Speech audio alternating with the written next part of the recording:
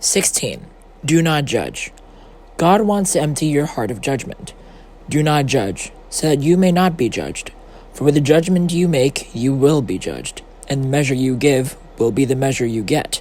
Why do you see the speck in your neighbor's eye, but do not notice the log in your own eye?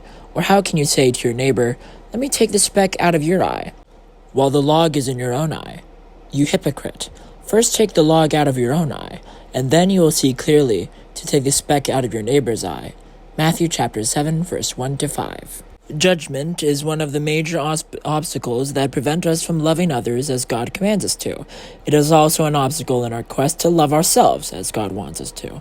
I wish I could tell you that I have so fully embraced Jesus' teaching that I never judge anyone, but I can't. I catch myself judging people all the time. I waste so much time and energy judging, and it makes me unhappy. When I judge others, I hurt them. I create negativity. I feel bad about myself, and I am more likely to judge myself in unhealthy ways. Do not judge. Now that is a radical invitation. We live in a hyper-opinionated culture. As a result of all these opinions, we have become hyper-judgmental. All this judgment is unhealthy and unchristian. How many times a day do you judge other people? How many times a day do you judge yourself? Let me recommend an immensely practical spiritual exercise. Count. For 24 hours, how many times you judge someone or something. At every turn, Jesus' teachings provide practical ways to grow spiritually. Just focusing on reducing the moment of judgment in your life is a path to peace, joy, and incredible spiritual growth. You will immediately experience the internal fruit of this path through a new peace that will flood your soul, but you will also quickly discover the external impact reducing judgment has on relationships. Nobody likes being around someone who is constantly judging them. Our relationships cannot survive under the unbearable weight of constant judgment. When we stop pumping the poison of judgment into the greenhouses of our relationships, we all begin to thrive in a new way together. It is simply not our place to judge. To judge is a divine prerogative. A prerogative is an exclusive right or privilege. To judge is God's exclusive right.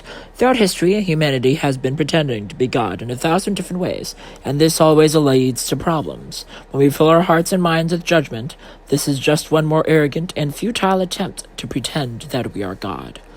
Even Jesus was not spared of the arrogance of human judgment. His actions and motives were constantly being questioned.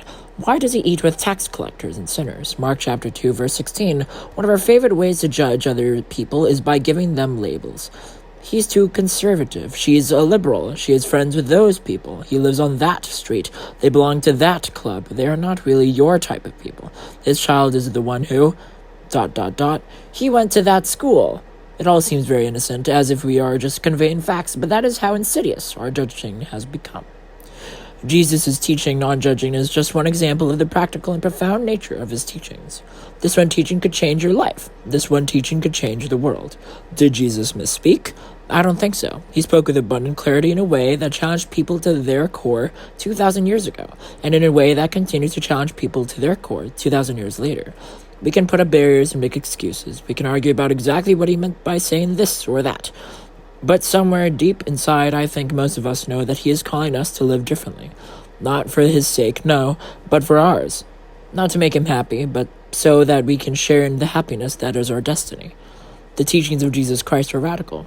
For 2,000 years, men and women of all ages, from all walks of life, rich and poor, young and old, educated and uneducated, have been allowing these teachings to transform them. Now the question is, will you? Point to ponder. Whenever you are tempted to judge someone, turn your attention to seeing that person as a child of God. Verse to live. Who are you to judge your neighbor? James chapter 4, verse 12.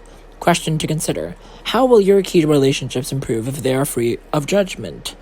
Prayer. Jesus, make me aware just before I'm about to fall into judging someone, and give me the grace to stop myself.